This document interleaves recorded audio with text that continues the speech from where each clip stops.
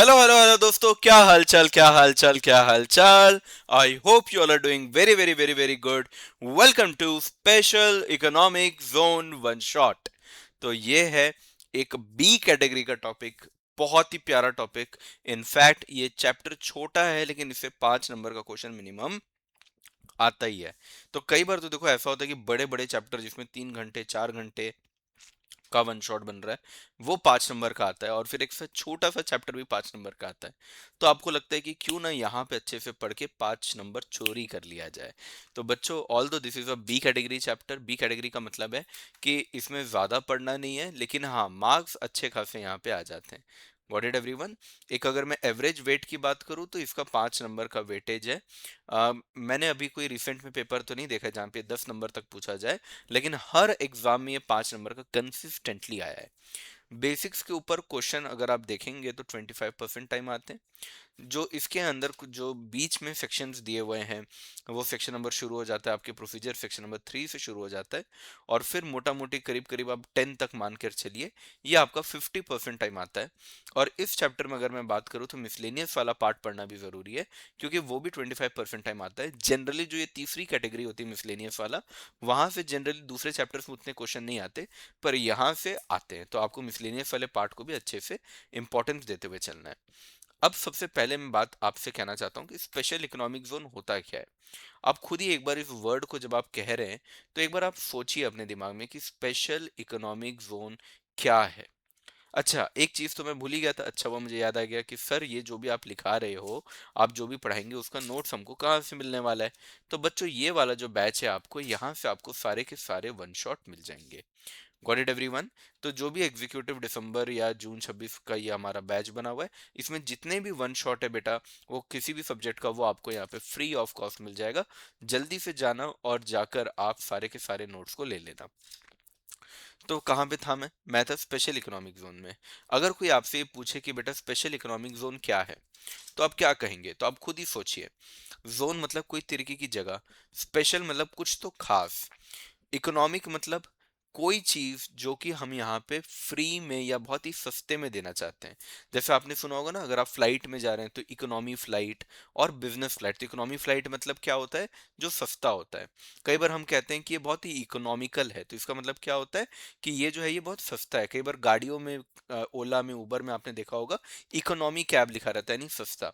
तो special economic zone यानी एक ऐसी जगह जहाँ पे हम बहुत सारे स्पेशल बेनिफिट्स देने वाले, कंसेशन देने वाले, बहुत सारी स्पेशल फैसिलिटीज देने वाले हैं, वो भी बहुत ही ज्यादा सस्ते रेटों में या बहुत ही फ्री में शायद हम देने वाले हैं। Got it everyone. जहाँ पे बहुत सारी इकोनॉमिक एक्टिविटीज हम चाहते हैं कि जनरेट हो। साथ ही उसका एक और मतलब क्या हो सकता है कि हम चाहते हैं कि वहाँ पे बहुत एक्स्ट्रा इकोनॉमिक एक्टिविटीज जनरेट हो, क्योंकि हम उनको इतनी फैसिलिटीज दे रहे हैं। तो अब हम क्या चाहते हैं कि नॉर्मल प्रोडक्शन ना हो, वहाँ पे प्रोडक्शन बहुत ज्यादा हो। फिर इतना सारा प्रोडक्शन करके हम क्या करेंगे? ऑब्वियस सी बात है बेटा, जब हम इतना सारा प्रोडक्शन करेंगे तो उस प्रोडक्शन को हम बाहर बेचेंगे। बाहर बेचने को क्या बोलते हैं अपन इंग्लिश में? एक्सपोर्ट करना। क्या बोलते हैं बेटा? एक्सपोर्ट करना। तो special economic zone is a zone where they will get a lot of benefit facilities, ताकि इकोनॉमिक एक्टिविटी ज्यादा हो, उस इकोनॉमिक एक्टिविटी से प्रोडक्शन बढ़े। जब प्रोडक्शन बढ़ेगा तो हम उसको क्या करेंगे? एक्सपोर्ट करेंगे। तो हमारा एक्सपोर्ट बढ़ेगा तो फॉरेन करेंसी भी बढ़ जाएगा, और ये हमारे देश के लिए बहुत ही बढ़िया बात होगी। Got it everyone. क्या ये बात आपको यहाँ तक की समझ में आई? अब मैं आपको कुछ फैक्ट्स दिखाने वाला हूँ। देखिए, ये है हमारा प्यारा भारत। और हमारे भारत में अगर आप देखेंगे तो कुछ पर्टिकुलर जगह है जहाँ पे बहुत ही बड़े बड़े स्पेशल इकोनॉमिक जोन्स हैं। और इन स्पेशल इकोनॉमिक जोन्स को बनाने का सबसे बड़ा पर्पस क्या है कि इनको अपन एक्सपोर्ट पावर हाउस बनाए। क्या बनाए बेटा? Export power house. हम चाहते हैं कि यहाँ पे खूब सारी मैन्युफैक्चरिंग हो, खूब सारा यहाँ पे काम हो, और फिर हम उस काम को, उस प्रोडक्शन को अपन क्या करें? एक्सपोर्ट करें अच्छे से। ऑब्वियसली हम कोशिश करते हैं यहाँ पे कि टेक्नोलॉजी भी अलग लेवल की हो, क्योंकि क्या विदाउट टेक्नोलॉजी बहुत सारा प्रोडक्शन हो सकता है? क्या नहीं। तो अगर आप देखेंगे तो केरल में जो कोचीन है वहाँ पे स्पेशल इकोनॉमिक जोन है। मद्रास तमिलनाडु में स्पेशल इकोनॉमिक जोन है। विशाखापट्टनम में बहुत बड़ा स्पेशल इकोनॉमिक जोन है। मुंबई में बहुत बड़ा बड़ा स्पेशल इकोनॉमिक जोन है। नोएडा में है, लेकिन सबसे बड़ा इकोनॉमिक जोन कहाँ पे है बेटा? मुंद्रा में और कंडला में। और इनके लिए बेटा डेवलपर्स को अपॉइंट किया जाता है। किसको अपॉइंट किया जाता है? डेवलपर। डेवलपर वो लोग होते हैं जो कि स्पेशल इकोनॉमिक जोन को डेवलप करते हैं, उसको चलाते हैं एक तरीके से। जैसे आपके घर को कौन चलाती हैं? आपकी प्यारी प्यारी मम्मी चलाती हैं। वैसे स्पेशल इकोनॉमिक जोन को कौन चलाएगा बेटा? डेवलपर चलाएगा। जैसे कोई टीम है, टीम में काम तो 11 लोग कर रहे हैं, लेकिन एक कैप्टन होता है जो कि जिम्मेदारी लेता है सारी चीजों की। वैसे स्पेशल इकोनॉमिक जोन में सारी जिम्मेदारी किसकी रहेगी बेटा? डेवलपर की। वैसे हमारा जो मुंद्रा स्पेशल इकोनॉमिक जोन है वो हमारे इंडिया का one of the largest special economic zone है, और उसका डेवलपर कौन है? अडानी पोर्ट। तो ये जो अडानी है बेटा, वो यहाँ पे डेवलपर है, वो इस पूरे स्पेशल इकोनॉमिक जोन को डेवलप करेंगे। और अडानी वालों को इस पर्टिकुलर एरिया में बहुत सारे बेनिफिट्स मिलने वाले हैं। क्या मिलने वाले हैं बेटा? बहुत सारे बेनिफिट्स मिलने वाले हैं। सर क्या बेनिफिट मिलेगा? जैसे सबसे पहले बेटा टैक्स हॉलीडे। टैक्स हॉलीडे का मतलब क्या होता है? जो भी इनका एक्सपोर्ट करेंगे और एक्सपोर्ट करके जो भी इनकम होगी उस पर टैक्स नहीं लगाएंगे, हम उनको एग्जम्पशन दे देंगे, जाओ जियो अपनी जिंदगी। ड्यूटी एग्जम्पशन, अगर मान लो कि एक्सपोर्ट करने के लिए भी तो सामान मंगा रहे होंगे, तो सामान मंगाने को अपन क्या बोलते हैं बेटा? अपन सामान मंगाने को अपन बोलते हैं इंपोर्ट करना। तो जो भी इंपोर्ट करते हैं उसके ऊपर जनरली ड्यूटी देना पड़ता है, आप लोगों ने कस्टम ड्यूटी के अंदर पढ़ा होगा। लेकिन यहाँ पे हम आपसे इंपोर्ट करते समय भी कोई ड्यूटी नहीं लेंगे। सर यानी एक्सपोर्ट करेंगे उससे जो कमाएंगे उस पर भी कोई टैक्स नहीं है। जब हम इंपोर्ट करेंगे, इंपोर्ट करते समय जो ड्यूटी देना पड़ता है वो भी नहीं है। तो यानी कि सर हमको देने में लेने में, लेना मतलब इंपोर्ट, देना मतलब एक्सपोर्ट, लेते समय देते समय दोनों ही टाइम पे कोई भी टैक्स यहाँ पे नहीं लगेगा। वाह बेटा क्या स्मार्ट हो आप लोग। अच्छा सर आपने इनकम टैक्स बोल दिया, जीएसटी बोल दिया, एक सॉरी कस्टम ड्यूटी बोल दिया, एक और चीज होता है जीएसटी। जीएसटी के अंदर बेटा आप लोगों ने जीरो रेटेड सप्लाई पढ़ा होगा। आईजीएसटी के अंदर सेक्शन नंबर 16 के अंदर आता है। आपको आपके टैक्स वाले टीचर ने बताया होगा ये। यहाँ पे वो वाली चीज एप्लीकेबल होती है। यानी कि अगर आप स्पेशल इकोनॉमिक जोन में माल को सप्लाई करते हो तो जीरो रेट पे करते हो, यानी टैक्स तो आपको लगता नहीं है, लेकिन हाँ आईटीसी का पूरा बेनिफिट आप ले सकते हैं। चौथी चीज यहाँ पे क्या फायदा मिलता है आपको? Single window clearance. यानी कि जैसे बाकी जगहों पे अगर आप जाएंगे तो आपको मल्टीपल जगहों पे जाना पड़ता है, बैंक से ये अप्रूवल लेकर आओ, वहां से वो लेकर आओ। नहीं भैया नहीं, यहाँ पे एक सिंगल विंडो है, वहीं से पूरा का पूरा क्लियरेंस आपको मिल जाएगा। आज की डेट में अगर हम बात करें तो वैसे तो 350 से ज्यादा स्पेशल इकोनॉमिक जोन है, लेकिन जो काम कर रहे हैं, जो ऑपरेशनल है, जो वर्क कर रहा है, वो मात्र हमारे इंडिया में कितना है बेटा? 270। इससे हमने इन्वेस्टमेंट कितना किया है? ऑलमोस्ट 7.25 लाख करोड़। सोचिए 7.25 लाख, फिर करोड़। लाख में कितने जीरो होते हैं सर? 5 जीरो होते हैं। करोड़ में 7 जीरो होते हैं, यानी 7 के बाद जब आप 12 बार जीरो लिखेंगे ना, उतना इन्वेस्टमेंट क्या है सोचिए, ह्यूमंगस अमाउंट। बहुत इन्वेस्टमेंट होता है यहाँ पे। कितने लोग एम्प्लॉयड है? 30 लाख लोग एम्प्लॉयड है। ठीक है, बहुत ज्यादा लोग एम्प्लॉयड है यहाँ पे। कितना एक्सपोर्ट होता है? 11.7 लाख करोड़ का एक्सपोर्ट होता है। बहुत ज्यादा हम यहाँ पे इकोनॉमिक एक्टिविटी करते हैं। ज्यादातर हमारा जो ध्यान रहता है बेटा वो मैन्युफैक्चरिंग के ऊपर, आईटी के ऊपर, सेमीकंडक्टर्स जो कि आपको मालूम है बहुत हॉट टॉपिक है, फूड प्रोसेसिंग जिसमें हम इंडिया में नंबर 1 है। ये सारी चीजों को करते हैं अपन कहाँ पे? स्पेशल इकोनॉमिक जोन में। कहाँ करते हैं बेटा? स्पेशल इकोनॉमिक जोन में। हमारे इंडिया में मैंने आपको बोला कि 270 स्पेशल इकोनॉमिक जोन है, बोला ना अभी थोड़ी देर पहले। जैसे कि एक मैंने एग्जांपल आपको क्या लिया? मुंद्रा। मुंद्रा में कौन करता है? अडानी। मुंद्रा को कौन डेवलप करता है? अडानी। मैं आपसे एक क्वेश्चन पूछना चाह रहा हूँ, जनरल क्वेश्चन मैं आपसे पूछना चाह रहा हूँ, आपको क्या लगता है चाइना में कितने स्पेशल इकोनॉमिक जोन है? इंडिया में 270 हैं, तो चाइना में कितने? अगर आपने मेरे से क्लास लिया है तो आपको पता है, लेकिन अगर आपने क्लास नहीं लिया तो आप जवाब दीजिए, ईमानदारी से जवाब दीजिए। मैं 1 मिनट वेट कर रहा हूँ आपके लिए। 1 मिनट ज्यादा हो जाएगा, 10 सेकंड वेट कर रहा हूँ। 10, 9, 8, 7, 6, 5, 4, 3, 2, 1, 0। The correct answer is 4। एक और है पर उसको मानते नहीं है, तो चाइना में मात्र 4 है। और आप ये जान के बड़े हैरान होंगे कि हमारे इंडिया में इतना सारे स्पेशल इकोनॉमिक जोन्स मिलकर 11.7 लाख करोड़ का एक्सपोर्ट करते हैं, पर चाइना में सिर्फ 4 है। पर उनका जो एक्सपोर्ट है बेटा वो 50 लाख करोड़ है। कितना है? 50 लाख करोड़, यानी हमसे 5 गुना ज्यादा। उनके स्पेशल इकोनॉमिक जोन कम है पर एक्सपोर्ट ज्यादा है। इसका मतलब क्या हुआ? फिर इसका मतलब ये हुआ कि हमारा जो अभी स्पेशल इकोनॉमिक जोन है, अभी उसको और बेटर हम कर सकते हैं। और उसको और बेटर करने के लिए कौन सा एक्ट बनाया गया है बेटा? Special economic zone act 2005। कौन सा एक्ट बनाया गया है? Special economic zone act 2005। पहले ये जो स्पेशल इकोनॉमिक जोन था बेटा, ये हमारे फॉरेन ट्रेड पॉलिसी जो मैंने आपको पढ़ाया था ना, वो फॉरेन ट्रेड पॉलिसी के अंदर ही हुआ करता था। पर फिर मनमोहन सिंह जी को ये समझ में आई बात कि ये ना बहुत अच्छे से काम नहीं कर रहा है, हमको इसके लिए एक अलग ही एक्ट बनाना चाहिए। तो उन्होंने 2005 में इस एक्ट को लाया। इस एक्ट के मेन फीचर्स ये हैं कि यहाँ पे एसईजेड को एस्टैब्लिश करना, उससे रिलेटेड स्पेशल इकोनॉमिक जोन के लिए स्पेशल बैंक होगा, स्पेशल कोर्ट होगा। तो स्पेशल कोर्ट का नाम क्या होगा? Special court. आप सोच के देखो, जो स्पेशल बैंक है उसका नाम क्या होगा? Offshore banking unit. क्या नाम होगा? ऑफशोर। ऑफशोर का मतलब क्या होता है? ये हमारे नॉर्मल जो बैंक है ना, ये उससे अलग है, तो नाम क्या पड़ गया? Offshore banking unit. अब वहां पे यूनिट्स होंगे। अब जैसे जैसे अडानी तो डेवलप कर रहा है, पर अडानी सारे काम कर पाएगा क्या? नहीं। वहीं पे डोमिनोज भी खुलेगा, वहीं पे कोई और भी आएगा वो भी खुलेगा, ऐसे बहुत सारी दुकानें वहां पे खुलेंगी। तो दुकानों को इंग्लिश में अपन क्या बोलते हैं? यूनिट्स। तो यूनिट्स कैसे बैठेंगे, कौन सा डेवलपर आएगा, डेवलपर को क्या क्या काम करना है, वो भी हमारा ये एक्ट बताएगा। सिंगल विंडो क्लियरेंस आपको पहले ही बता दिया मैंने। इसके अलावा सेंट्रल गवर्नमेंट भी एक अथॉरिटी बना के बैठती है जिसको बोलते हैं SEZ authority. SEZ authority basically central government का पपेट होता है। सेंट्रल गवर्नमेंट खुद तो यहाँ पे बेटा ध्यान नहीं दे सकती, तो वो SEZ अथॉरिटी, सेजा बोलते हैं इसको, SEZ अथॉरिटी को बना के जाती है कि अगर कुछ भी गड़बड़ हो, कभी भी थोड़ा सा हमको लग रहा है कि नजर रखना है या हमको ध्यान रखना है कि ठीक से काम कर रहे हैं कि नहीं। जैसे अडानी तो प्राइवेट है, तो वो ठीक से काम कर रहा है कि नहीं, तो उसके लिए कौन है बेटा? SEZ authority. कौन है प्यारे बच्चों? SEZ authority. सर तो जैसे आपने अभी बताया कि अडानी ने यहाँ पे डेवलपर का काम किया है, तो कौन कौन है बच्चों जो SEZ बना सकता है? तो प्राइवेट तो बना ही सकते हैं, जैसे अडानी प्राइवेट है। पब्लिक यानी कि गवर्नमेंट अगर चाहे तो खुद भी बना सकती है। जैसे मैं छत्तीसगढ़ में रहता हूँ, राजनांदगांव में स्पेशल इकोनॉमिक जोन है, तो वो पब्लिक सेक्टर के द्वारा बनाया गया है। अब सब प्राइवेट पब्लिक दोनों मिला के भी बना सकते हैं, उसको अपन क्या बोलते हैं? Joint sector. स्टेट गवर्नमेंट बना सकता है या उसकी कोई एजेंसी यहाँ पे बना सकती है। अगर हमको सर दो लाइन में डिफाइन करना हो कि स्पेशल इकोनॉमिक जोन क्या है, तो हम क्या बोलेंगे? तो आप ये कहिए बेटा, एक सेकेंड, कहाँ गया? Just a second. Special economic zone का डेफिनेशन छुप गया कहीं पे। ये रहा। Special economic zone is specifically delineated duty free enclave. अरे बाप रे सर, बहुत कुछ बोल दिया। तो देखो, स्पेशल से नाम याद रखना है, स्पेसिफिकली डिलिनेटेड। स्पेसिफिक ये एक जगह है जो special, duty free, duty free यानी कोई भी टैक्स यहाँ पे नहीं रहेगा। एनक्लेव का मतलब भी क्या होता है बेटा? जोन। एनक्लेव का मतलब भी क्या होता है? जोन। तो आप एनक्लेव वर्ड नहीं भी याद रखेंगे तो भी चलेगा, आप बस इतना रखिए याद कि ये स्पेशल ड्यूटी फ्री जोन है। क्या याद रखोगे बेटा? स्पेशल ड्यूटी फ्री जोन है।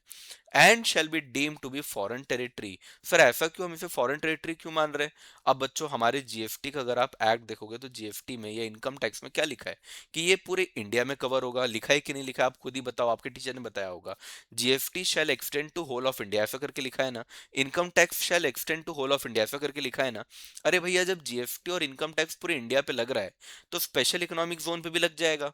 और हमने तो पहले ही क्या बोला है कि स्पेशल इकोनॉमिक जोन में ना टैक्स लगेगा ना ड्यूटी लगेगा, ना जीएसटी लगेगा ना इनकम टैक्स लगेगा, पहले ही बोला है। तो भैया फिर हमको तो क्या करना पड़ेगा? एसईजेड को इंडिया से बाहर करना पड़ेगा। एसईजेड को क्या करना पड़ेगा? एसईजेड को इंडिया से बाहर करना पड़ेगा, क्योंकि जीएसटी पूरे इंडिया पे लगता है, इनकम टैक्स पूरे इंडिया पे लगता है, और हम चाहते हैं स्पेशल इकोनॉमिक जोन पे वो ना लगे।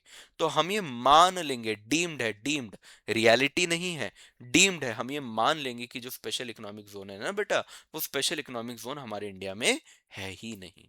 क्या ये बात क्लियर हुआ? यानी वो होगा हमारे मुंबई में ही, वो होगा हमारे तमिलनाडु में ही, लेकिन हम उस पर्टिकुलर एरिया को ऐसा मान लेंगे कि वो इंडिया का पार्ट नहीं है, for the purpose of trade and duties and tariff. Tariff यानी टैक्स, ताकि टैक्स उसके ऊपर ना लगे, ड्यूटी उसके ऊपर ना लगे, वो अपने सारे प्रोडक्शंस को इजीली यहाँ पे कर सके।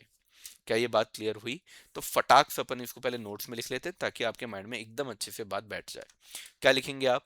It is a special duty free zone, special duty free zone which is established, which is established as per special economic zone act, special economic zone act 2005. It is a deemed foreign territory. It is a deemed foreign territory for the purpose of for the purpose of trade operations, trade operations and duty and tariff. Tariff का मतलब भी again बेटा tax ही होता है ना. तो tariff ताकि ना लगे, ड्यूटी ताकि ना लगे, ट्रेड ऑपरेशन स्मूथली हो सके, ज्यादा इकोनॉमिक एक्टिविटी हो सके, इसलिए स्पेशल इकोनॉमिक जोन को बनाया जाता है. इनफैक्ट अगर आपसे कभी एग्जाम में फीचर्स भी पूछ ले तो वो भी आपको लिखना आना चाहिए, क्योंकि ऐसी छोटी मोटी बातें भी कभी कभी पूछते हैं. तो लिखिएगा फीचर्स ऑफ एसईजेड एक्ट. तो हम लोगों ने क्या फीचर देखा? सबसे पहले तो एसईजेड को पहले एफटीपी में ही डाल के रखा था, पर काम अच्छे से नहीं हो रहा था, फॉरेन ट्रेड पॉलिसी में ज्यादा अच्छे से काम नहीं हो रहा था, हमारा डेवलपमेंट नहीं हो रहा था. तो हमने इस एक्ट को बनाया ही क्यों? ताकि हमारा एस्टैब्लिशमेंट अच्छे से हो सके. तो सबसे पहला फीचर क्या होगा? एसईजेड एक्ट में एसईजेड को बनाना तो पड़ेगा ही ना, उसके बाद ही तो कोई काम होगा. तो एस्टैब्लिशमेंट ऑफ एसईजेड. सर सिर्फ अपन जगह बना के छोड़ देंगे तो चलेगा क्या? नहीं, दुकानें भी बनानी पड़ेंगी. तो यहाँ पे क्या होगा? Appointment of developer. जैसे यहाँ पे डेवलपर का एग्जांपल मैंने अडानी का नाम लिया. Appointment of developer and establishment of units. अलग अलग यहाँ पे दुकानें भी खुलनी चाहिए. एफसीजेड तो एक मार्केट हो गया कि इस मार्केट में जो भी दुकानें होंगी उनको टैक्स माफ कर देंगे, पर मार्केट के अंदर दुकानें भी तो चाहिए. तो अपन क्या बोलेंगे? पहले मार्केट बैठाओ, पॉइंट नंबर टू दुकानें बैठाओ. अब जब दुकानें बैठेंगी तो उनके बीच में झगड़ा होगा. झगड़ा होगा तो कहाँ जाएंगे? सर कोर्ट में जाएंगे. तो एस्टैब्लिशमेंट ऑफ स्पेशल कोर्ट. क्या लिखोगे बच्चों? Establishment of special court. कि इनको कहीं और कोर्ट में ना जाना पड़े, ये लोग स्पेशल है तो इनके लिए कोर्ट भी अपन वहीं पे बना देंगे. Establishment of special court. Sir अगर स्पेशल कोर्ट में अगर केस हार गए तो कहाँ जाएंगे? बेटा फिर हाई कोर्ट में ना, यानी नॉर्मल जो प्रोविजंस अपन लॉ में पढ़ते हैं वही अप्लाई होता है. पर पहला इनका मुकदमा कहाँ चलेगा? स्पेशल कोर्ट में. ठीक है. चौथा, अब सर कोर्ट है तो और कुछ स्पेशल भी होना चाहिए. तो यहाँ पे बैंक भी स्पेशल है. Establishment of offshore banking unit. ये ऑफशोर बैंकिंग यूनिट वही है बच्चों जो आप लोग फेमा के अंदर नाम सुने होंगे.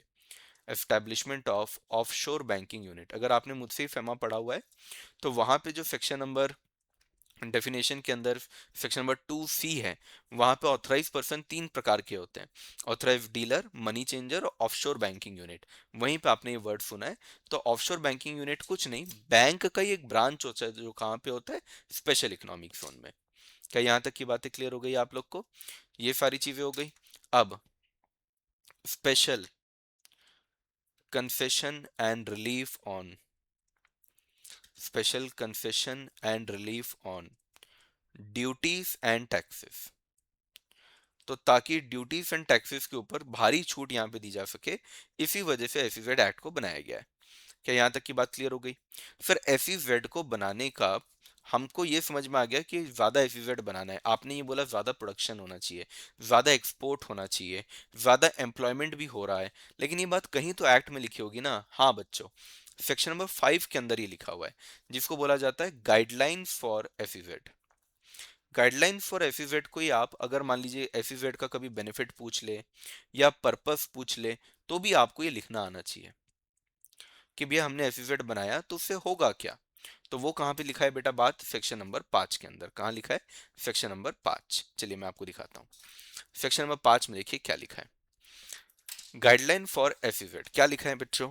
ज्यादा इकोनॉमिक एक्टिविटी होनी चाहिए. स्पेशल इकोनॉमिक जोन है तो इकोनॉमिक एक्टिविटी ज्यादा होगी, एक्टिविटी ज्यादा होगी तो उसको एक्सपोर्ट करेंगे.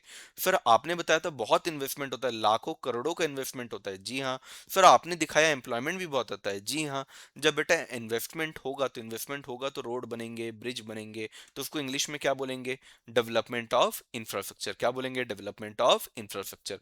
जब ये सब कुछ अच्छा अच्छा होगा तो हमारे देश का भला होगा. तो हम क्या बोलेंगे? Maintenance of sovereignty and integrity of India. क्या बोलेंगे? Maintenance of sovereignty and integrity of India. फिर इसको याद रखने का आपने ट्रिक बताया था हमको क्लास में, जो था आई आई 3 बार, ई 3 बार. सर आई कौन कौन सा? Promotion of investment. आप खुद ही देखिए कितना इन्वेस्टमेंट हो रहा है यहाँ पे. Promotion of investment. अब सर इन्वेस्टमेंट होगा तो फिर क्या होगा? सर इंफ्रास्ट्रक्चर बनेगा.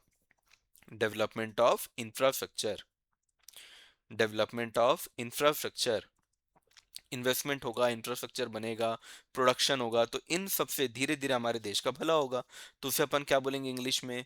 Maintenance of sovereignty and integrity of India. Maintenance of sovereignty and integrity of India. Sovereignty and integrity of India. तो तीन आई हो गए बेटा, क्या क्या? इन्वेस्टमेंट, इंफ्रास्ट्रक्चर और इंडिया। अब तीन ई, मैंने आपको क्या बोला था? स्पेशल इकोनॉमिक जोन है, तो यहाँ पे क्या ज्यादा होता होगा? सर यहाँ पे इकोनॉमिक एक्टिविटी ज्यादा होता होगा, तो क्या लिखेंगे? Increase in economic activity. क्या लिखेंगे? Increase in economic activity. Increase in economic activity, हमारी इकोनॉमिक एक्टिविटी यहाँ पे कहीं ना कहीं बढ़ेगी। ठीक है सर, समझ गए। और क्या होगा? सर इकोनॉमिक एक्टिविटी बढ़ेगा, ज्यादा प्रोडक्शन होगा, तो उसको अपन बाहर भी बेच सकते हैं, तो क्या बोलेंगे अपन? Promotion of export. Promotion of export. और सर आपने अभी दिखाया कि 30 लाख से ज्यादा लोग यहाँ पे काम कर रहे हैं, तो यहाँ पे क्या हो रहा है बेटा? Generation of employment.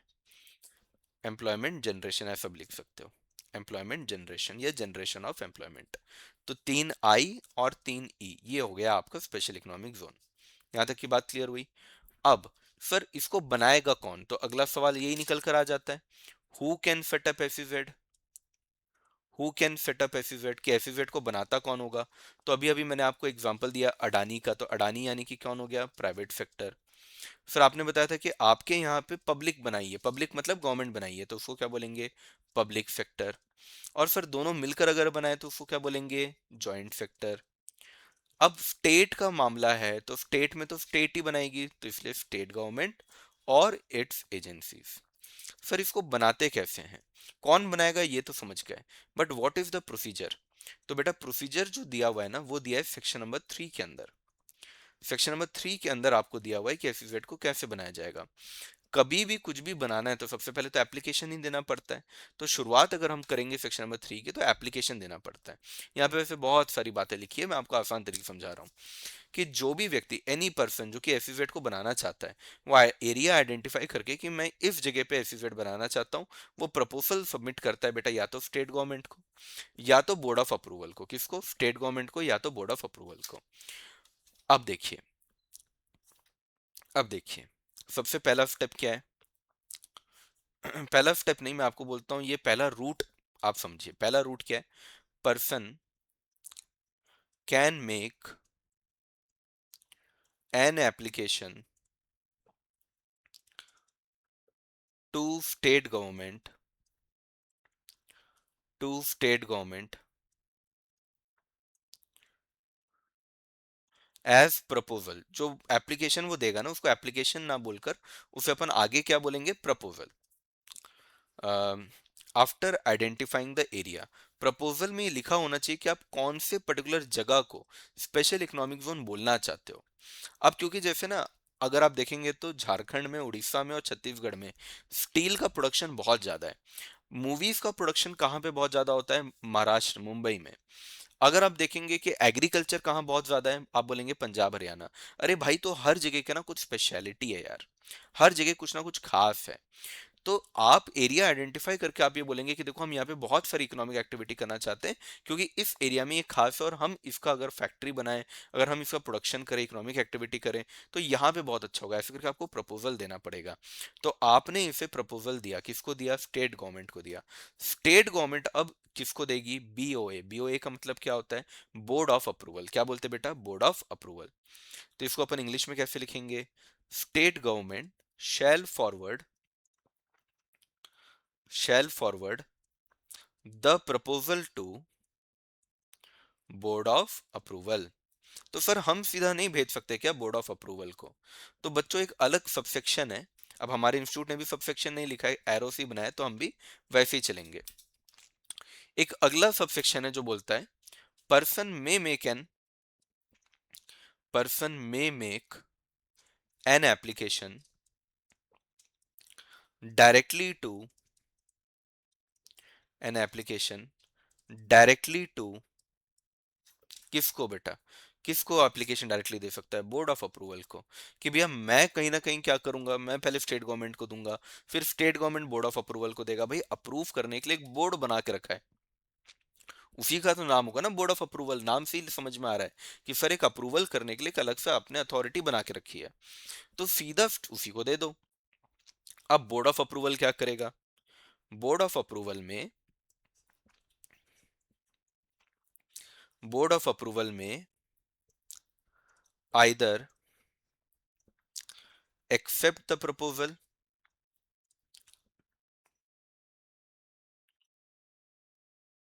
विथ और विदाउट मॉडिफिकेशन। या तो बेटा वो उनको बोलेगा कि ठीक है, आप थोड़ी सी चीजें चेंज करके लाइए, हम आपका एप्लीकेशन एक्सेप्ट कर लेंगे। तो इसको क्या बोलते हैं? Acceptance the proposal with modification, यानी कि कुछ बदलो फिर मैं आपको एक्सेप्ट कर लूंगा। विदाउट मॉडिफिकेशन यानी तुम इतना बढ़िया प्रपोजल लेकर आए हो, मेरे को कुछ अलग चाहिए ही नहीं, मैं तुमको एज इट इज एक्सेप्ट कर रहा हूं। और रिजेक्ट द प्रपोजल, और reject the proposal. In case of rejection, in case of rejection, reason shall be recorded in writing। Reason shall be recorded in writing. आप किसी को भी, आप डेमोक्रेसी है बच्चों, लेकिन आप किसी को भी ऐसे ही तो नहीं लिख बोल सकते ना कि नहीं नहीं नहीं भैया आप मत करो। कोई ना कोई कारण होना चाहिए, और वो कारण आपको लिखना पड़ेगा ताकि फ्यूचर जनरेशन जब वो आए तो इस बात को समझ सके कि उस समय रिजेक्ट हुआ था तो इस रीजन से रिजेक्ट हुआ था, हमको ये गलती नहीं करनी है। समझ में आया? In case of acceptance, in case of acceptance, board shall intimate to, board shall intimate to, intimate का मतलब होता है बताना। Board shall intimate to state government. Board यहाँ पे क्या करेगा? स्टेट गवर्नमेंट को बता देगा कि हाँ हमने एक्सेप्ट कर लिया है। क्योंकि या तो हो सकता है ऐसा कि भैया हम स्टेट गवर्नमेंट के थ्रू ही आए हों, या तो ऐसा भी हो सकता है हम सीधा आए हैं, लेकिन काम तो क्योंकि हमको स्टेट में ही करना है, तो स्टेट गवर्नमेंट को पता रहना चाहिए। सर तो यहाँ पे बार बार आप स्टेट गवर्नमेंट कर रहे हो, सेंट्रल गवर्नमेंट का कोई रोल नहीं है क्या? बिल्कुल है। और सेंट्रल गवर्नमेंट सबका पप्पा है, तो वो किसी से पूछेगा नहीं। Central government may set up SEZ without approval of state government and board of approval after identifying the area। वो एरिया आइडेंटिफाई करेगा और सीधा बोल देगा कि यहाँ पे एसईजेड बनने वाला है। तो यहाँ पे सबसे ज्यादा पावर सेंट्रल गवर्नमेंट के पास ही है। वो जब चाहे तब एक एसईजेड यहाँ पे पैदा कर सकता है, उसको किसी को कोई अप्रूवल वगैरह लेने का जरूरत नहीं है। उसने बोल दिया यहाँ पे एसईजेड बनेगा तो यहाँ पे एसईजेड बनेगा। Got it everyone? क्या ये बात आपको क्लियर हुआ? तो यहाँ पे सेक्शन नंबर 3 खत्म होता है। इसको कई लोग जब देखते हैं तो डर जाते हैं कि सर इतना बड़ा चार्ट यहाँ पे दिया हुआ है, लेकिन जितना बड़ा चार्ट है उतना ही सिंपल है ये, आपको सिर्फ इतना ही ध्यान रखना था। अच्छा, जब यहाँ पे मैं पर्सन की बात करता हूँ तो एक बात ध्यान रखना, जब यहाँ पे मैं बोल रहा हूँ ना कि पर्सन एप्लीकेशन देगा, पर्सन एप्लीकेशन देगा, तो यहाँ पे देखो सब है, company, cooperative society, HUF, firm, ये सारे ही लोग हैं, एओपी, बीओआई, जितने लोग की हम बात करते हैं वो सारे के सारे लोग हैं।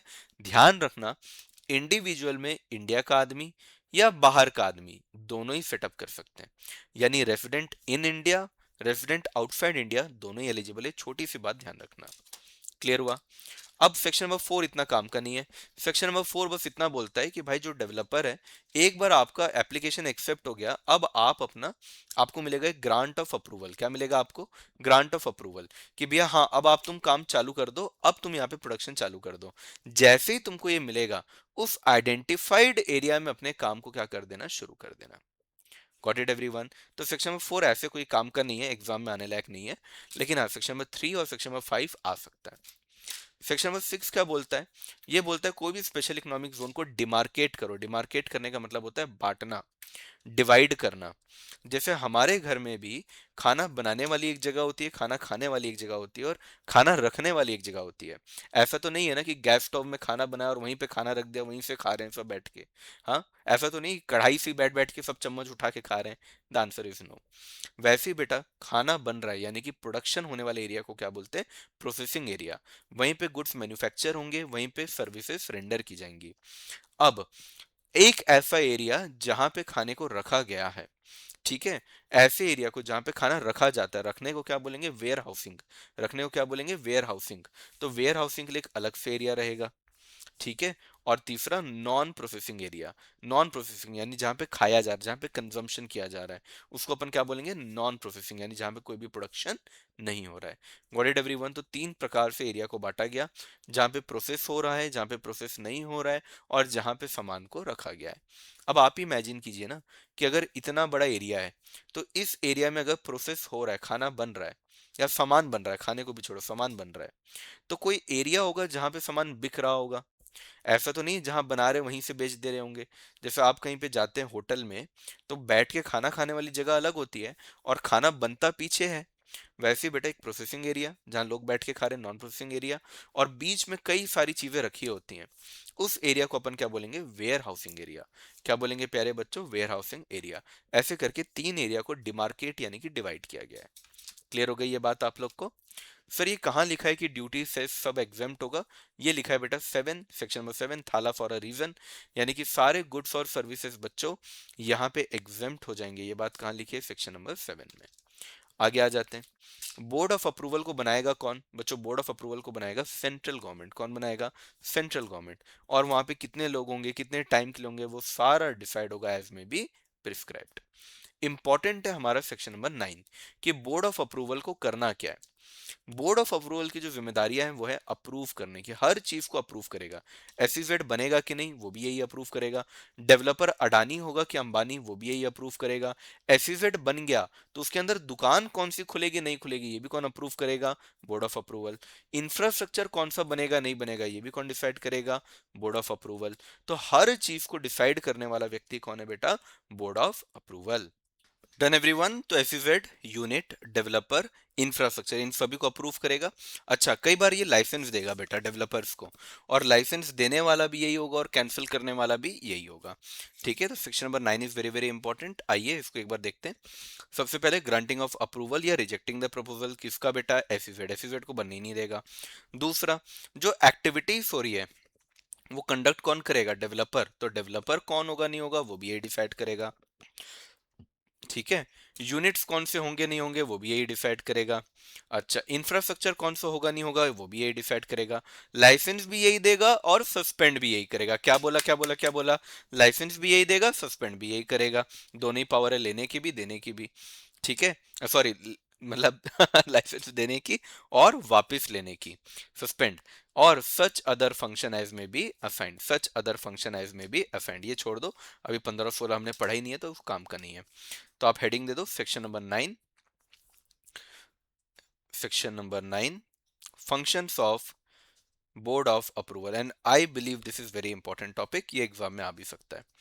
Functions of board of approval, now this is important. Ready everyone?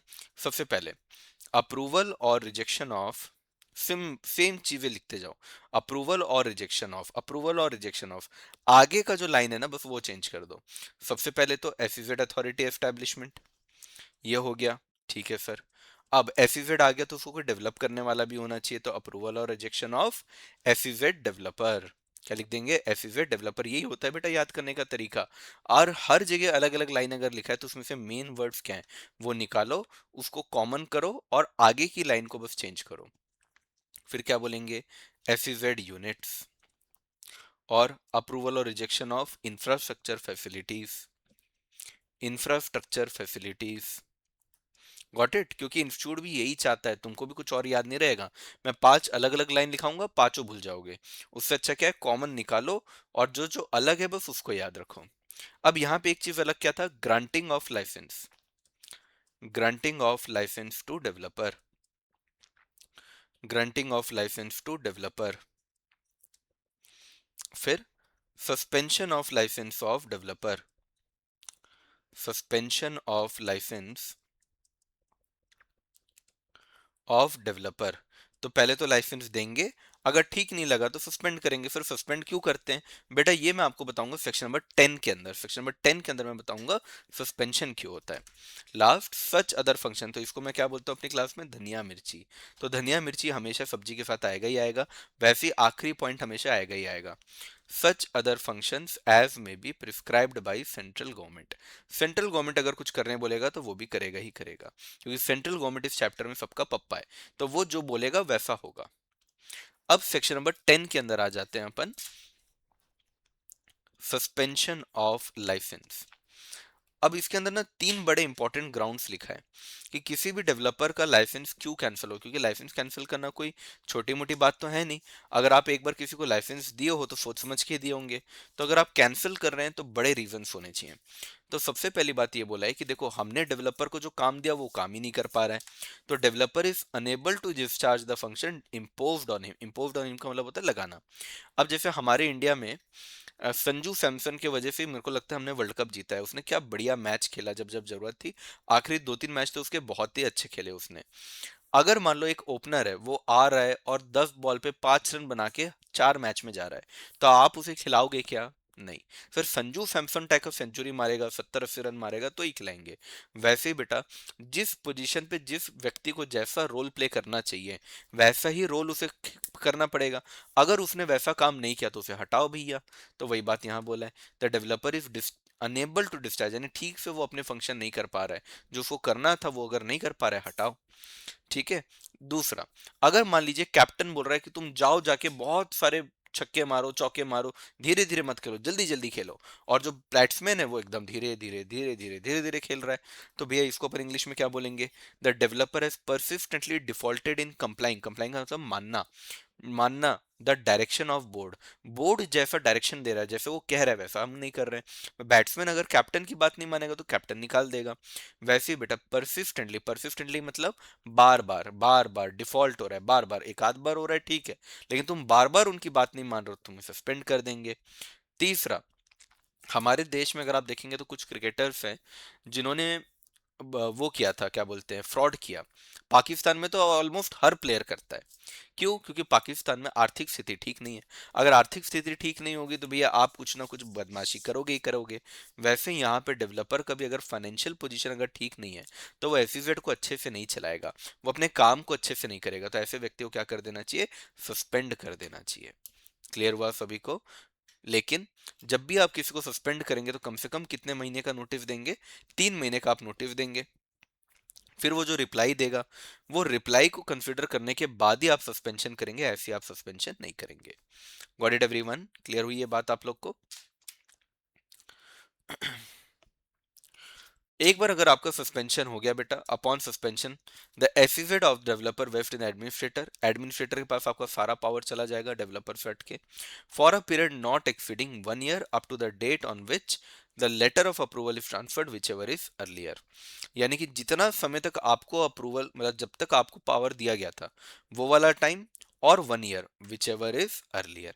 यानी आसान भाषा में अगर मैं बोलूँ तो मैक्सिमम 1 साल तक आपके सारे के सारे पावर किसके पास चले जाएंगे? एडमिनिस्ट्रेटर के पास। Got it everyone? लेकिन अगर मान लीजिए अगले 4 महीने में वैसे भी आपका लाइसेंस खत्म होने वाला था, तो भैया 4 महीने में ही आपका खत्म हो जाएगा। लेकिन अगर आपका लाइसेंस 2 साल बाद खत्म होने वाला था, तो अब कितने समय तक सस्पेंशन रहेगा आपका? Maximum 1 year. ऐसे आप याद रख लेना। The board of approval has been empowered to issue such direction as it may consider necessary. यानी आखिरी में आपको हमेशा क्या डालना है? धनिया मिर्ची हमेशा डाल देना है। क्लियर हुआ सभी को? So this is a very good point. And I मतलब 9 और 10 एक ऐसा सेक्शन है जो मुझे लगता है हमेशा कि ये आने का काफी चांस रखता है, तो इसको अच्छे से पढ़िएगा। क्या लिखेंगे आप सबसे पहले? Following are the grounds of suspension. Following are the grounds of suspension. Are the grounds of suspension. Suspension कौन करेगा? अभी अपन ने ऊपर पढ़ा, बोर्ड ऑफ अप्रूवल करेगा, बाय बोर्ड ऑफ अप्रूवल। सबसे पहला हम लोगों ने क्या पढ़ा था? the developer is unable to the developer is unable to discharge the functions imposed on him। जो काम उसे करने बोला गया है वो काम को वो नहीं कर पा रहा है। discharge the functions imposed on him imposed on him. दूसरा, बार बार बात को नहीं मान रहा है. The developer has persistently the developer has persistently defaulted in the defaulted in the has persistently defaulted in the complying of directions by board. जैसा board ने कहा है आप वैसा नहीं कर रहे हैं. Directions by board. Financial position of the developer. Financial position of the developer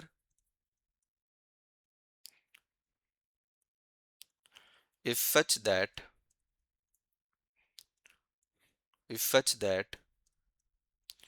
he is unable to carry his function. He is unable to carry his function. उसकी आर्थिक स्थिति खराब है. क्लियर हो गया? डन. तो बार बार अगर आप बात नहीं मान रहे हो, अपना काम अगर आप नहीं कर पा रहे हो या आपकी आर्थिक स्थिति अगर खराब है तो आपका सस्पेंशन कर देंगे. बिफोर सस्पेंशन, या इसको आप थोड़ा लीगल वर्ड्स में अगर अच्छे से लिखे तो ऐसा लिखेंगे, no suspension unless a notice in writing has been given. A notice in writing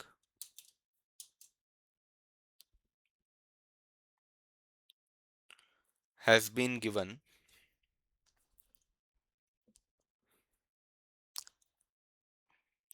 at least 3 months prior to show cause कि भैया तुम कारण बताओ कि हम तुम्हारा सस्पेंशन ना करें. To show cause why his license should not be suspended.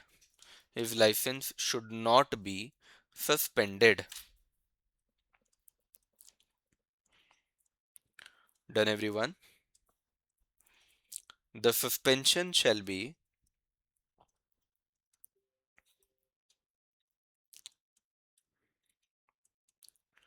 for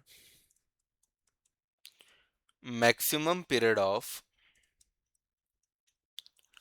1 year, during which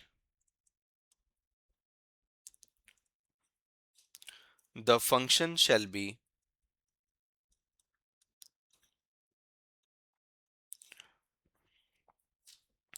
taken by administrator. Taken by administrator. और लास्ट में बच्चों वही धनिया मिर्ची वाला लाइन कि भैया जो भी सच other function as may be prescribed. अब आ जाओ आगे. ये आपका स्टडी मैट ही है, आप लोगों ने अगर कभी जीवन में खोला होगा तो आपको पता ही होगा ये चीज. डेवलपमेंट कमिश्नर भी सेंट्रल गवर्नमेंट अपॉइंट करता है बेटा. कौन सेक्शन में? सेक्शन नंबर 11 में. इसका भी मेन काम यही होता है कि डेवलपमेंट को यहाँ पे ध्यान देना.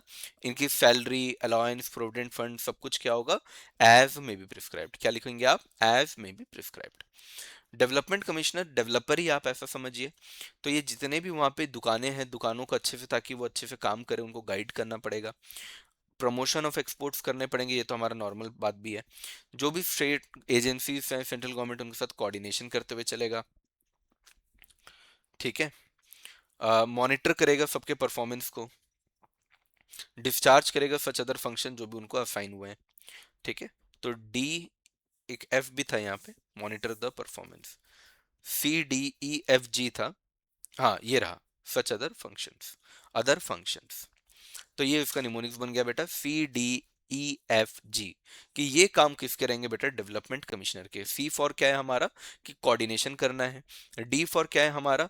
कि डेवलपर के जितने भी डेवलपमेंट कमिश्नर हैं तो उससे भी बड़ा है, तो जितने भी डेवलपर हैं यूनिट्स, उनके परफॉर्मेंस कैसे चल रहे हैं. ई फॉर क्या है? एक्सपोर्ट बढ़ना चाहिए. एफ फॉर क्या है आपका? कि सच अदर फंक्शंस. जी क्या है बेटा? Guide the entrepreneurs. जी क्या है आपका? Guide the entrepreneurs. तो इस तरीके से देखो, याद करने के ना ट्रिक्स हैं यार. लोग ऐसे ट्रिक्स के कितने पैसे लेते हैं, लेकिन अगर आप हमारा वन शॉट देखोगे आपको अपने आप सब याद हो जाएगा. और अगर आपको अच्छा लगे तो ज़रूर कमेंट में बताइएगा कि हाँ सर हमको अच्छा लगा. क्या? अब देखो, मैं आपको सामने तो नहीं देख रहा हूँ, तो आप जो बातें कमेंट में लिखते हैं वही मेरे लिए कम्युनिकेशन है आपका, है ना? वरना हम एक दूसरे से ऐसे बातें तो कर ही नहीं सकते। तो आप कुछ लिखेंगे अच्छा हो या बुरा हो, वो इसी से मुझे समझ में आता है कि आपको कैसा लग रहा है। फंक्शन ऑफ डेवलपमेंट कमिश्नर, सबसे पहला क्या लिखेंगे आप? सी। सी से क्या है आपका? Coordination with, coordination with central government and other agencies. D से क्या लिखेंगे? Monitor the performance of, monitor the performance of, monitor the performance of developer and units of SEZ, and units of SEZ. E for क्या लिखेंगे बेटा आप? Promotion for, promotion of exports, promotion of exports, कि आपको ऐसी economic activities करनी है ताकि हमारा एक्सपोर्ट बढ़े। तो सबसे पहला सी से कोऑर्डिनेशन, डी से आपका डेवलपर का मॉनिटर करेंगे परफॉर्मेंस, ई से क्या है आपका? एक्सपोर्ट का प्रमोशन। एफ फॉर क्या है? Such other functions as may prescribed, such other functions as may prescribed, आप कहीं भी लिख सकते हैं, such other functions as may be prescribed. ये हो जाएगा हमारा एफ, ठीक है। और फिर जी फॉर क्या है? Guide the entrepreneurs. G for क्या है बेटा आपका? Guide the entrepreneurs, guide the entrepreneurs. Done everyone. तो ये हमारा सेक्शन नंबर 11 के बाद जो हमारा फंक्शन वाला सेक्शन है 12, वो भी हमारा खत्म हो गया। चलो आगे बढ़ते हैं। तेरा अप्रूवल कमेटी, बेटा इसका पूरा इन्होंने कुछ लिखा ही नहीं है कि अप्रूवल कमेटी के अंदर कौन कौन होता है।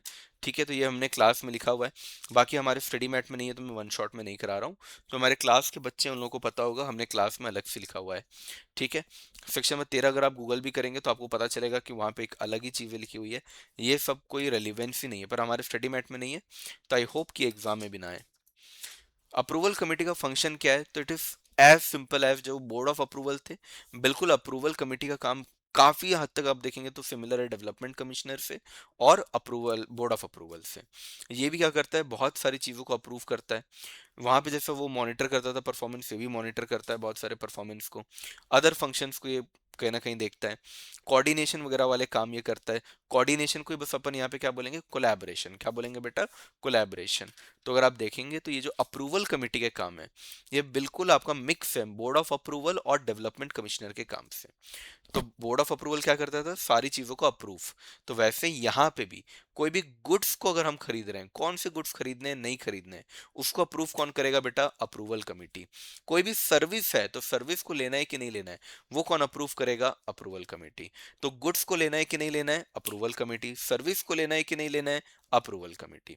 मॉनिटर करेगा यूटिलाइजेशन को, वहां पे क्या करेगा? कोलैबोरेशन करेगा, जैसे फॉरेन कोलैबोरेशन, एफडीआई को लेकर आना, इन्वेस्टमेंट को लेकर आना। और बाकी क्या लिखेंगे अपन? Such other function as may be prescribed, such other function as may be prescribed. तो ये वाला सेक्शन बहुत काम का नहीं है, पर एक बार बेटा बस पढ़ते हुए जाना, ताकि ऐसा ना हो कि इंस्टीट्यूट को गंदा पेपर बनाना हो तो ऐसे फालतू टॉपिक ही डाल दे। बाकी अगर आए तो मेरे को नहीं लगता कि ये सेक्शन में 14 उतना काम का है। नाम क्या है? Functions of approval committee, functions of approval committee. सबसे पहला, अप्रूव और रिजेक्ट, अप्रूव और reject the procurement of goods, the procurement of goods from domestic tariff area. अभी डोमेस्टिक टेरिफ एरिया क्या है वो भी मैं आपको समझा देता हूँ। जितना भी एरिया हमारा एसईजेड है, उसके अलावा इंडिया का जो बाकी एरिया बच गया, उसको अपन क्या बोलते हैं? Domestic tariff area. ठीक है, डीटीए, डोमेस्टिक टेरिफ एरिया। क्योंकि इनके ऊपर नॉर्मल टैक्स रेट्स लगते हैं, इसलिए इनका नाम ही क्या है? डोमेस्टिक टेरिफ एरिया, क्योंकि इनके ऊपर अलग ही टैक्स लगता है। Got it everyone? तो जैसे ये हमारा प्यारा भारत, अगर इतना पार्ट एसईजेड है, तो अब जितना उसके अलावा बाकी वाला पार्ट बच गया, ये वाला, इसको अपन क्या बोलेंगे फिर? डीटीए। ठीक है, आगे, अप्रूव और reject the availment of service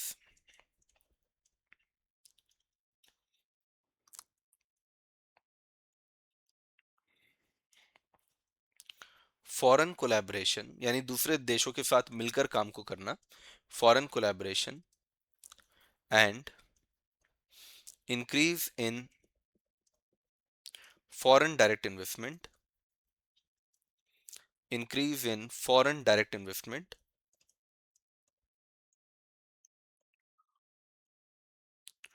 monitor the performance,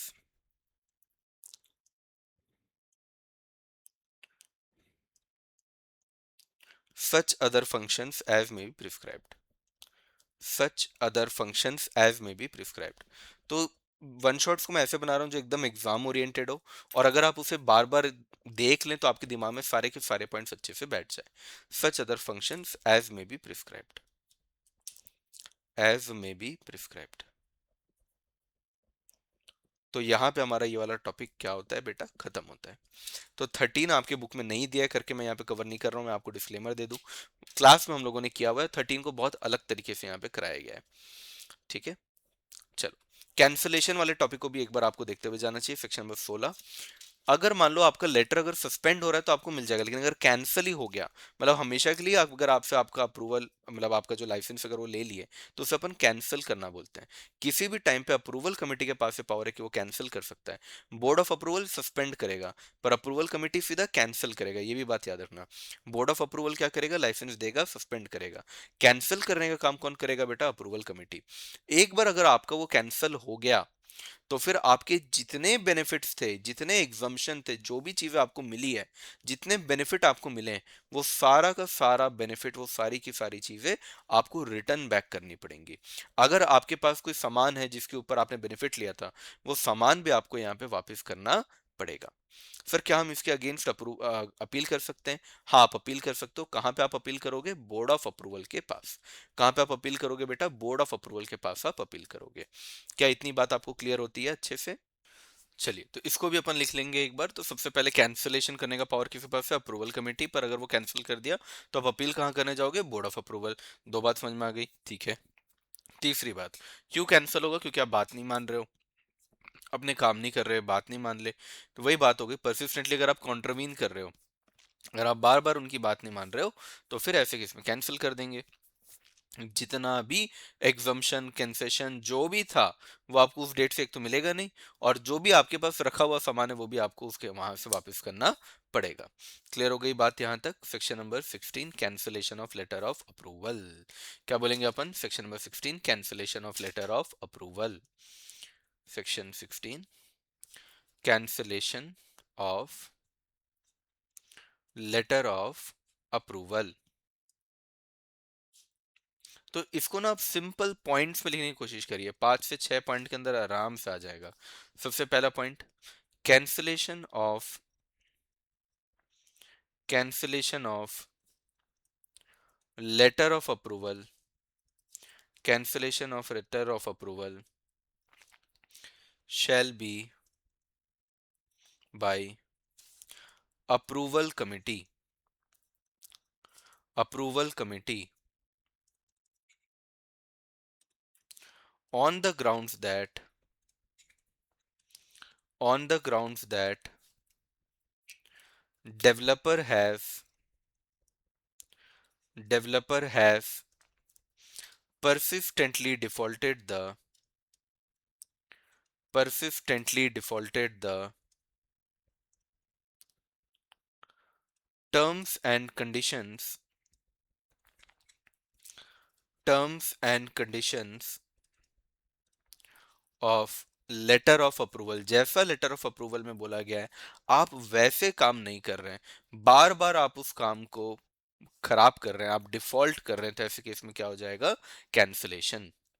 N appeal can be filed, can नहीं सॉरी मा may, an appeal may be filed to the board of approval, to the board of approval. ठीक है, तो board of approval के पास क्या क्या power है, एक तो आपको लाइसेंस देने का, सस्पेंड करने का, और अगर मान लीजिए कैंसिल कर दे अप्रूवल कमेटी, तो यहाँ पे आपके अपील को भी सुनने का काम उसी का रहेगा। क्या ये बात आपको यहाँ तक क्लियर हो गई एकदम अच्छे से? अब तीसरी बड़ी इंपॉर्टेंट बात यहाँ पे क्या हो जाती है, कि जितने भी from the day of cancellation, from the day of cancellation, from the day नहीं, sorry, date, from the date of cancellation, the person shall not be, the person shall not be eligible for, shall not be eligible for, किस चीज के लिए eligible नहीं होगा भैया? shall not be eligible for any exemption, benefit, concession, etcetera.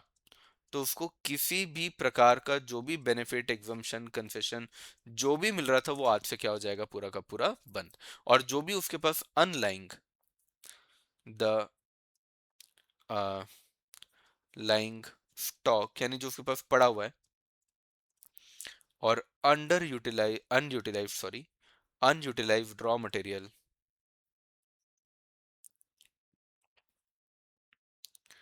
shall be liable for, shall be liable for tax and duties. अब भैया उनके ऊपर वापस से सारा का सारा टैक्स, ड्यूटीज जो भी है वो सारा का सारा यहाँ पे लगना शुरू हो जाएगा, विच इज वेरी गुड। क्योंकि भैया अब तो आपका लाइसेंस कैंसिल हो गया, आपको सजा मिलनी चाहिए। तो जो भी आपके पास पड़ा हुआ है, वो जो सामान पड़ा हुआ है, उसके ऊपर भैया अब आपको टैक्स, ड्यूटी वगैरह जो भी चीजें हैं वो सारी आपको यहाँ पे देनी पड़ेंगी। क्या ये बात क्लियर हो गया बेटा? चलो, अब ऑफशोर बैंकिंग यूनिट लगेगा। यहाँ पे मैंने आपको बताया था कि जो भी बैंक का ब्रांच एसईजेड में होता है उसे अपन क्या बोलते हैं? Offshore banking unit, OBU. उसके अंदर कुछ खास नहीं है। अब यहाँ पे आप आरबीआई के थ्रू ही बताएंगे, तो आरबीआई का भैया यहाँ पे जो भी प्रिस्क्राइब्ड फॉर्म होगा, वो फॉर्म के अंदर आपको बताना पड़ेगा कि भैया यहाँ पे ऑफशोर बैंकिंग यूनिट अपन बनाना चाहते हैं। सिंपल सी बात है। क्या आईएफएससी भी सेटअप होगा? हाँ बच्चों, ये वही आईएफएससी है जो आप लोग सीएमएसएल के अंदर पढ़ते हो, वो यहाँ पे सेटअप होगा। Got it everyone? यहाँ पे मे अप्रूव ओनली वन आईएफएससी, बस ये याद रखना कि एक एसईजेड में कितने आईएफएससी होंगे? एक ही आईएफएससी होगा। बस बाकी सब कुछ कुछ भी नहीं लिखा है यहाँ पे। जो भी गाइडलाइंस है, जो भी रूल्स है, वो सारा सेंट्रल गवर्नमेंट, आरबीआई, ये लोग सब लिख कर देंगे, वो हमको फॉलो करना है। जैसा मैंने आपको स्टार्टिंग में बताया था कि यहाँ पे सिंगल विंडो क्लियरेंस होता है, तो आपको एक ही फॉर्म भरना है, एक ही रिटर्न भरना है, और उसी से आपके सारे काम हो जाएंगे। जो आपको कौन बताएगा? सेंट्रल गवर्नमेंट बताएगा। तो सेंट्रल गवर्नमेंट बताएगा आपको कौन सा एप्लीकेशन होगा, कौन सा फॉर्म होगा, वो आपको भरना है, और आपके सारे के सारे काम यहाँ पे निपट जाएंगे। ये अगेन काम का नहीं है, एक बार बस आप रीड करेंगे तो भी काम चल जाएगा। एजेंसी टू इंस्पेक्ट, क्योंकि यहाँ पे जो बातें ना वो ठीक से लिखा ही नहीं है, तो मैं आपको क्या पढ़ाऊँ? जैसे यहाँ पे मैं आपको एग्जांपल देता हूँ। सेक्शन नंबर 22 के अंदर लिखा है कि इन्वेस्टिगेशन का पावर है। अब ये जो इन्वेस्टिगेशन होगा वो किसके द्वारा होगा? ऑफिसर या एजेंसी के द्वारा होगा। अगर उनके पास कोई सबूत है, सबूत को अपन क्या बोलते हैं? हैज रीजन टू बिलीव, तो वो शुरू कर देगा। पर ये कौन से केसेस में करेगा? सेक्शन नंबर 21 का सबसेक्शन 2 और 3, पर सेक्शन नंबर 21 का सबसेक्शन 2 और 3 यहाँ मेंशनड ही नहीं है। Got it? तो इसके बहुत डिटेल में जाने का ना मतलब नहीं है, क्योंकि कुछ बातें लिखी है, ज्यादातर बातें यहाँ पे लिखा ही नहीं है। और स्टडी मैट में जो लिखा ही नहीं है उसको पढ़ने का भी बहुत मतलब नहीं है। हाँ, ये एक इंपॉर्टेंट पॉइंट निकल कर आता है। मैंने आपको स्टार्टिंग में ही बोला था कि यहाँ पे स्पेशल कोर्ट रहेगा, और वो जो स्पेशल कोर्ट रहेगा वही आपकी सारी बातों को, सारी दलीलों को, सब कुछ वही सुनेगा। कोई भी अगर मैटर आता है, कोई भी डिस्प्यूट आता है, तो कौन सुनेगा? Special court. लेकिन अगर स्पेशल कोर्ट के खिलाफ आपको अगर अपील करना है, तो आप अपील 60 दिन के अंदर अंदर करोगे। कहाँ पे बेटा? हाई कोर्ट में। कहाँ पे अपील करोगे? हाई कोर्ट में। अगर मान लीजिए कि आपके पास कोई सफिशिएंट कॉज से आप लेट हो गए, तो 60 दिन के बाद भी अगर आप चाहोगे तो आपका अपील वो एंटरटेन कर लेंगे। लेकिन 60 दिन के बाद आपको मैक्सिमम कितना दिन मिलेगा बेटा? 60 दिन और, यानी 60 दिन नॉर्मली, और अगर आपके पास सफिशिएंट कॉज है तो आपको और कितना दिन एक्स्ट्रा मिलेगा? 60 दिन आपको और एक्स्ट्रा मिलेगा। ऑफेंस बाई कंपनीज के अंदर बेटा सेम वही पॉइंट है कि जो भी बंदा उस समय पे रिस्पॉन्सिबल था, in charge and responsible for the conduct of business, जैसे हमारा मैनेजिंग डायरेक्टर होता है, सीईओ होता है, कंपनी सेक्रेटरी होते हैं, तो वो लोग जो कि हमारे कंपनी को इंचार्ज में थे, जो उस कंपनी के इंचार्ज थे, मेन लोग थे, जो रिस्पॉन्सिबल थे उनके सारे बिजनेस को हैंडल करने में, वो वही लोग होंगे जो गिल्टी होंगे ऑफेंस के अंडर, और लायबल होंगे कि उनको पनिशमेंट मिले। लेकिन दो तरीके से आप बच सकते हो, वही दो तरीका बेटा आपको 10 बार बताया है। पहला तरीका क्या है कि मेरे को कुछ पता ही नहीं, कमिटेड विदाउट नॉलेज, ऑफेंस जो भी हुआ वो उसके बिना नॉलेज के हुआ, यानी कि चुपके चुपके कोई और किया, वो उसमें मिला ही नहीं था, शामिल ही नहीं था। दूसरा, उसने तो अपना पूरा ड्यू डिलिजेंस किया, यानी कि उसको जो काम करना चाहिए था उसने वो सारे काम किए, फिर भी अगर कोई इस तरीके का ऑफेंस होता है फिर तो वो लायबल नहीं है। तो बच्चों ये रिपीटेड पॉइंट है, बार बार हर जगह पे हम लोग यही पॉइंट्स पढ़ते हैं कि ऑफेंस बाय कंपनी के अंदर बहुत सिंपल है। कंपनी अगर लायबल हो रही है तो वहां पे जो भी बंदा बिजनेस को कंडक्ट करने के लिए चार्ज में था, यानी जैसे हमारे घर में कुछ गड़बड़ हुआ तो इंचार्ज कौन है, मम्मी, तो यहाँ पे पनिशमेंट किसको मिल जाती है, मम्मी को मिल जाती है। ठीक है, अगर मान लो हमारे एग्जाम में खराब नंबर आया तो किसको डांट पड़ेगी, हमें, क्योंकि इंचार्ज कौन थे, हम थे, रिस्पॉन्सिबल कौन थे, हम थे, तो हमें ही डांट पड़नी चाहिए। लेकिन अब मान लो मैंने ये वन शॉट डाल दिया, बच्चे ने देखा ही नहीं, तो क्या फिर टीचर की गलती है क्या? The answer is no, because it is without my knowledge. भाई मेरे को पता ही नहीं कि बच्चे ने नहीं देखा है, मैं तो ग्रुप में शेयर कर रहा हूँ, मैं तो यूट्यूब में शेयर कर रहा हूँ, हर जगह डाल रहा हूँ, तो बच्चे को देखना चाहिए। दूसरा, अगर मैंने पढ़ा दिया लेकिन बच्चे ने ध्यान नहीं दिया तो मेरी गलती है क्या? द आंसर इज नो, यानी I have exercised all due diligence, मेरे को जो जो काम करना चाहिए था मैंने वो सारे काम किए, फिर भी अगर वो गड़बड़ हुई तो भैया फिर मेरी गलती नहीं है। क्लियर हुआ? चलो अगला जो इंपॉर्टेंट चीज है बेटा उस पर आ जाते हैं, SEZ authority, this is important. SEZ authority जैसे मैंने आपको बताया कि ये बेसिकली सेंट्रल गवर्नमेंट बना के छोड़ के जाती है कि भैया यहाँ पे मैं तो नहीं हूँ, तो मेरी जगह पे जितना भी काम है वो सब तुमको ही करना है। तो क्या क्या काम करता है वो? तो इंफ्रास्ट्रक्चर को डेवलप करना, एक्सपोर्ट का प्रमोशन, ये एक्सपोर्ट का प्रमोशन आप हर जगह लिख सकते हो, इंफ्रास्ट्रक्चर हर जगह लिख सकते हो, या आलू वाले पॉइंट्स हैं। अच्छा, सेंट्रल गवर्नमेंट अगर होता तो यहाँ पे फीस चार्ज करता, तो अब सेंट्रल गवर्नमेंट नहीं है तो कौन चार्ज करेगा बेटा? एफिजेड अथॉरिटी। तो ये यहाँ पे सर्विस चार्ज, फीस, रेंट सब कुछ यही कलेक्ट करेगा। एफिजेड काम कैसा कर रहा है, अच्छा कर रहा है कि नहीं कर रहा है, सारे फंक्शन को, परफॉर्मेंस को रिव्यू करने का काम भी कौन करेगा बेटा? एफिजेड अथॉरिटी। समझ में आया? क्योंकि सेंट्रल गवर्नमेंट छोड़ के गया है ना, तो सेंट्रल गवर्नमेंट चाहता है कि मेरी जगह पे कोई और देखे इन सारी चीजों को, तो कौन देखेगा बेटा? एफिजेड देखेगा। Performing such other function as may be prescribed, ये अगेन धनिया मिर्ची है, तो पहले का 2 पॉइंट आलू, इंफ्रास्ट्रक्चर एक्सपोर्ट वाला, उसके जगह पे पैसे चार्ज करेगा, उसके जगह पे सारे रिव्यू करेगा काम को, और such other function as may be prescribed. तो section number 34 is quite interesting, quite important, exam में बेटा आ सकता है। सेक्शन 34 क्या है हमारा? Functions of SEZ authority, functions of SEZ authority.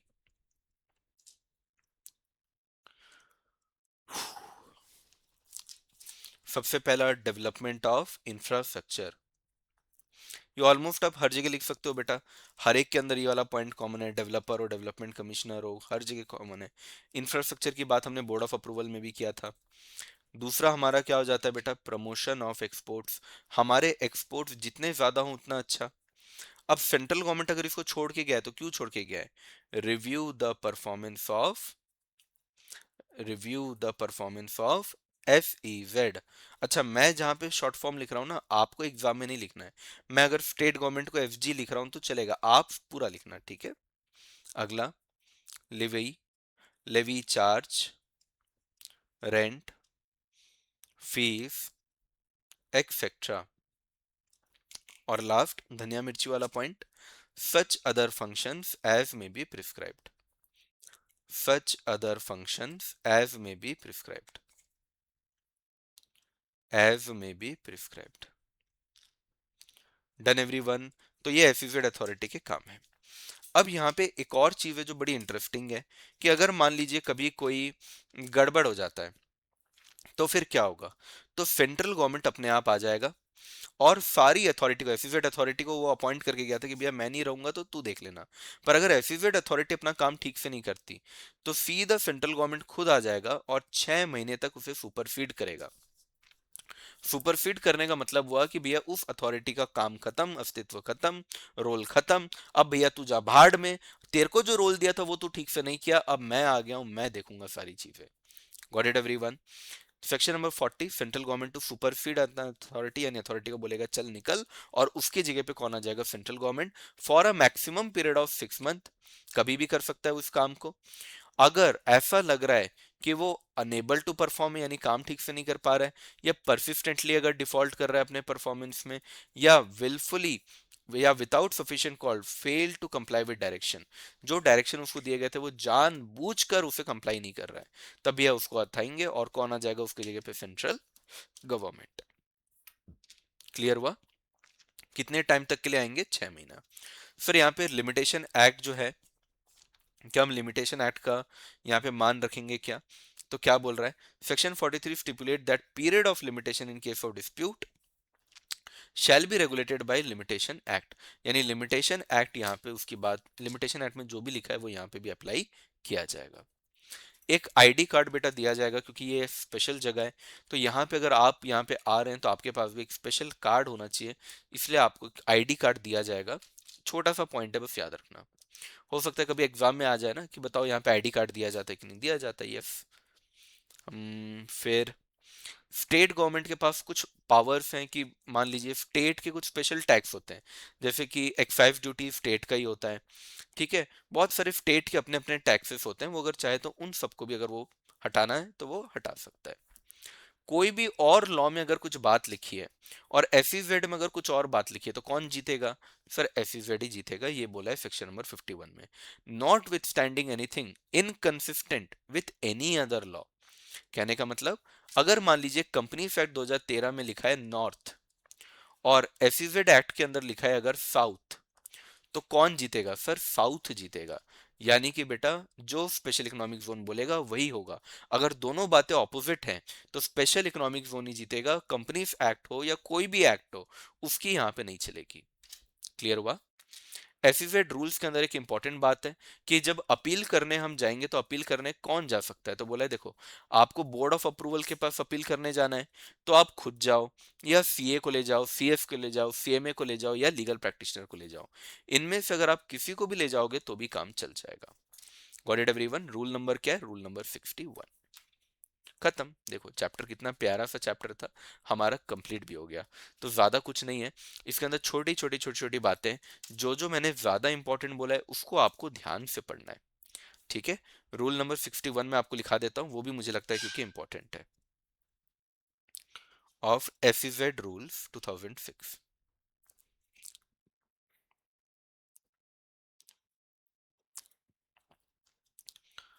Appeal may be made to board by person himself or through CA, CS, CMA और legal practitioner. यानी कि भैया या तो वो खुद ही अपना केस का अपील खुद ही करे, या तो वो अपॉइंट कर सकता है। किसके थ्रू बेटा? किसको अपॉइंट करेगा? CA, CS, CMA, legal practitioner, इनको अपॉइंट करके भी कर सकता है। Got it everyone? तो यहाँ पे हमारा ये पूरा का पूरा स्पेशल इकोनॉमिक जोन कंप्लीट होता है। जितने टॉपिक थे आप देखेंगे कि मैंने यहाँ पे, ऐसा नहीं है कि मैं अलग से अपनी शीट लेकर आया हूँ और वहां से मैंने पढ़ाया हूँ। यहाँ पे मैंने जितना भी स्टडी मटेरियल के अंदर कंटेंट था पूरा का पूरा वो कवर कर दिया है। आई होप आपको ये अच्छा लगा होगा।